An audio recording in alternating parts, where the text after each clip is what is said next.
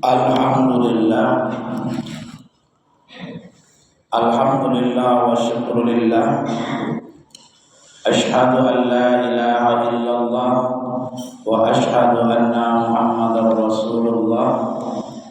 Allahumma salli ala Muhammadin wa ala alihi wa sahbihi wa man tabi'ahum bi ihsanin ila yaumiddin. Amma ba'du, faya ibadallah, usikum wa iyaya bitaqwallah faqad fazal muttaqun. Ittaqullaha haqqa tuqatih wa la tamutunna illa wa antum muslimun. Faqala Allah ta'ala fil Qur'anil Karim, a'udzu billahi minasy syaithanir rajim. Bismillahirrahmanirrahim. Wa awha rabbuka ilan nahli an ittakhidhi minal jibali buyuta wa minasy syajari wa mimma ya'rishun. Thumma kulli min kulli samarati fasluki subula rabbika dhulula yakhruju min butuniha syarabun mukhtalifun alwanuhu fihi shifaa'un linnas. Inna fi dzalika laayatan liqaumin yatafakkarun. Shadaqallahul azim. Ma'asyiral muslimin rahimakumullah, Hatib berwasiat kepada kita semua dan kepada Hatib sendiri, marilah kita senantiasa meningkatkan ketakwaan kepada Allah Subhanahu wa taala, dan janganlah kita meninggalkan dunia ini kecuali tetap dalam keadaan iman dan berpasrah diri kepada Allah Subhanahu wa taala.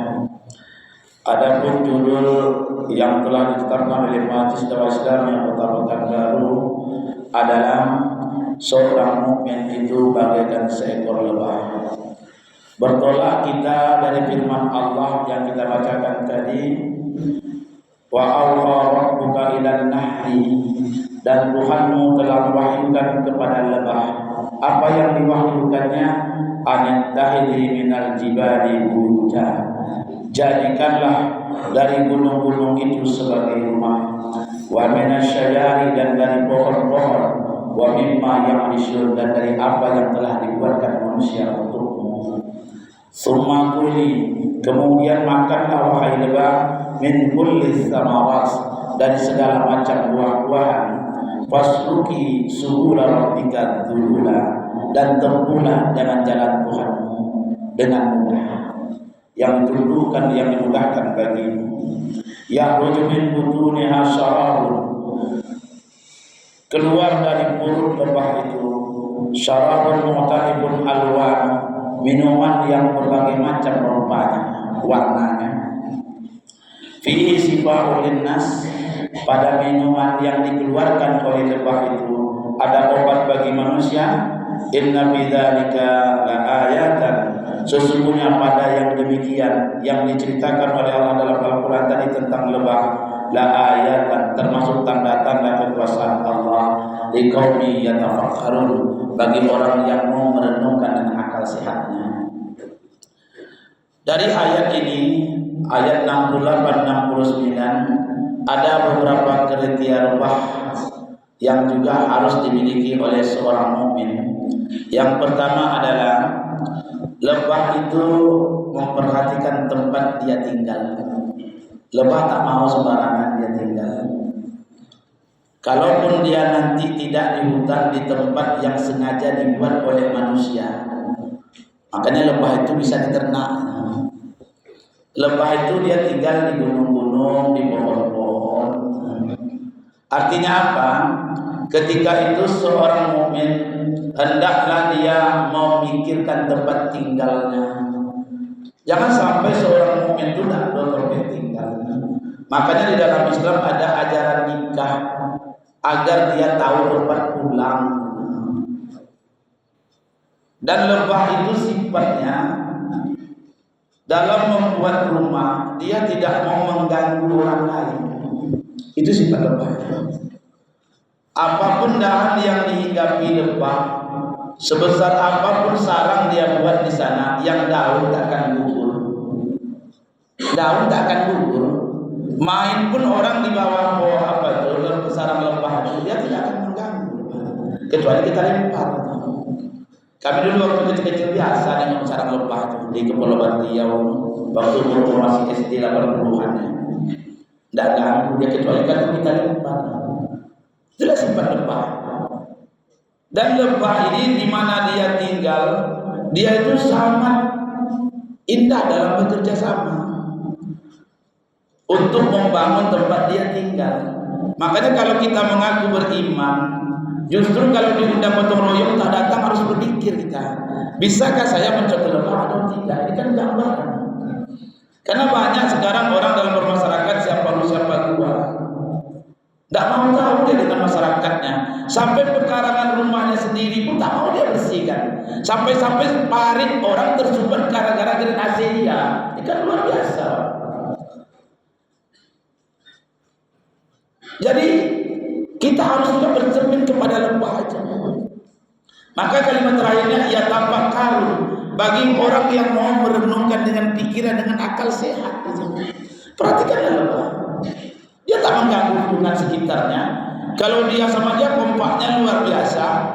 Dia membangun rumahnya, membangun kampungnya luar biasa. Maka coba renungkan diri kita, adakah perhatian kita terhadap lingkungan? Jangan sampai orang-orang merasa resah gara-gara kita. Gotong royong tak pernah datang, jangankan ikut membersihkan lingkungan rumahnya sendiri pun tak bersih. Nah, ini kan berbahaya. Membakar sampah tak pikir tempatnya di mana, main gas saja membakar sampah. Sampai-sampai orang tak bisa tidur siang gara-gara asap yang dibakarnya. Ini kan luar biasa. Lebah tak pernah kayak gitu. Aman-aman saja lebah. Jadi lebah itu apa, dia memikirkan tempat tinggal, ada tempat tinggalnya. Makanya kita, kalau kita muslim dan kita masih jadi anak pang, bertaubatlah.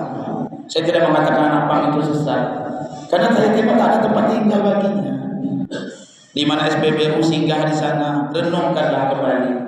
Karena Allah Subhanahu wa taala telah memberikan ilham kepada kita, belajarlah dari lebah.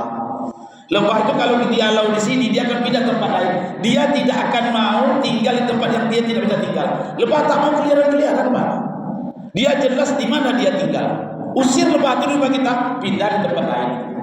Tak mau dia keliaran-keliaran, tak ada tempat untuk dia tinggal, tak mau. Makanya kita harus renungkan. Itu yang pertama, yaitu lebah itu dia memikirkan tempat tinggalnya. Apa faedahnya? Yang pertama, agar jelas dia. Yang kedua, lebah itu dalam mana tempat tinggalnya mereka senantiasa bekerja sama. Jangan keluar keluar RW lagi percuma bikin undangan gotong royongnya, yang datang itu kan aneh namanya. Kita harus renungkan, belajar dari lebah. Kemudian yang kedua yang bisa kita ambil dari ayat ini adalah Allah Subhanahu wa taala mengatakan kulli min kullis samarat. Lebah itu dia makan hanya yang bersih-bersih, yang dimudahkan bagi Allah. Di mana Allah arahkan di situ dia. Lebah tidak akan makan yang lain, dia hanya makan yang baik-baik saja. Yaitu dari bunga-bunga, dari buah-buahan. Itu saripati dari tumbuh-tumbuhan itu yang dimakannya. Apapun kita bagi lebah tak mau dia, itu aja dia ambil lebah. Makanya seorang mukmin dalam mencari nafkah yang Allah telah atur ikutkan saja, karena rezeki tak akan pernah tertukar. Jangan mendahului Allah dalam masalah takdir. Allah tak suka. Contoh bunuh diri itu mendahului Allah dalam takdir. Apalagi mencari rezeki dengan jalan yang haram, mendahului Allah kita namanya itu. Rezeki kita sudah ada hari itu, sudah ada Ustaz. Sudah ditetapkan tak akan tertukar. Jangan lagi kita mendahului Allah. Lambe botol tiba mah, ambil lagi yang dulu. Kan lucu. Kalau memang takdir kita, rezeki kita sebelum mati itu segini, kita akan kaya sebelum mati, walaupun tak ada modal. Mungkin bapak-bapak pernah lihat orang kaya tanpa modal kan? Dia punya cuma kedai satu tepi jalan, tiba-tiba orang titipkan barang, titip beras, titip ini, tak ada modal ya. Orang titip barang titipan semua di kedai, lama-lama bisa punya kedai sendiri besar. Kita kata kalau memang takdir kita ada rezeki, ambillah rezeki yang Allah sediakan untukmu dengan apa yang dimudahkan Allah. Jangan mendahului Allah, jadilah seperti lebah. Tak mau dia rezeki yang lain, tak mau, itu aja rezeki yang diambilnya bersih-bersih. Makanya lebah itu yang dikeluarkannya sehat, makanan mereka bersih. Kemudian yang ketiga, lebah itu apa yang dikeluarkannya manfaat semua. Manfaat saja dikeluarkannya. Dikeluarkannya madu. Madu itu manis. Bagi orang yang sakit bisa dijadikan obat. Bagi anak kecil bisa jadi macam bonbon. Kan sarangnya enak dimakan. Sarangnya pun enak lah. Sarang lebah itu enak makan itu. Tak ada yang tak enak. Dengan sarang-sarang, jangankan madunya ada. Dengan sarang-sarangnya pun enak dikunyah-kunyah waktu kecil-kecil dulu. Cuma hati-hati nanti ada lebah bisa bengkak bibir kita, itu aja. Anaknya yang putih itu pun enak. Tak ada yang keenakan dari lebah. Artinya apa? Seorang mukmin itu apa saja yang keluar darinya dalam bentuk perbuatan, dalam bentuk ucapan, selalu membuat orang senang. Ada manfaatnya bagi orang lain. Kalau kita ada tukang protes, tukang nyalakan orang, tak ada betul. Kita sendiri tak ada kerja. Iko RW salah dong, tukar RW salah juga RW itu lagi. Soji awal kalau itu kan ketua lah. Tukar ketua masjidnya macam itu juga dia. Minta sumbangan supaya payah aja dengan dia. Nyumbang tidak, protes banyak. Payah. Lebah tak seperti itu dia. Lebah apapun yang dikeluarkannya memberikan manfaat. Anak-anak yang makan itu keenakan dia. Sampai dihisap-hisapnya jari itu, orang yang sakit bisa menjadi itulah madu, murni dia. Bahkan untuk menentukan dia Asia atau tidak, dia menunjukkan ciri. Walaupun aku manis, enak dimakan, tapi semut tidak pernah mengurumuniku. Pernah ada bapak lihat ada sarang lebah dikejar oleh semut? Padahal dia manis gitu. Tapi kalau dicampur madu itu dengan air, pasti dikejar semut dia. Saking dia ingin membuktikan dirinya gitu. Kita Islam ini kalau murni kita Islam, tak akan ada orang mengganggu kita. Kita ini kan kena bercampur-campur Islam kita ini. Yang bentuknya liberal, yang sekuler, yang ini kan karena bercampur kita, maka kita lemah. Coba kita berpegang teguh kepada yang murni. Maka apa yang dikeluarkan oleh lebah itu madu asli, sehingga dia memberikan manfaat. Nah, inilah beberapa ciri daripada lebah yang akan diadopsi oleh seorang muslim, seorang mukmin dalam kehidupannya. Yang pertama, hendaklah punya tempat tinggal dan memberikan kenyamanan pada tempat tinggal tersebut dan bekerjasama dimanapun dia tinggal. Yang kedua, makanlah apa yang dimudahkan Allah bagi kita. Jangan mendahului Allah dalam masalah takdir. Banyak pun duit haram yang kita ambil, yang kita makan segitu juga. Sisanya untuk orang lain juga. Orang paling banyak korupsinya, mati cuma kain kapan dibawanya pergi. Tabungan tak akan dibawa. Karena rezeki itu telah diatur. Telah diatur segitu. Dan yang ketiga, lebah tadi memberikan contoh kepada kita adalah yang dikeluarkannya yang baik-baik.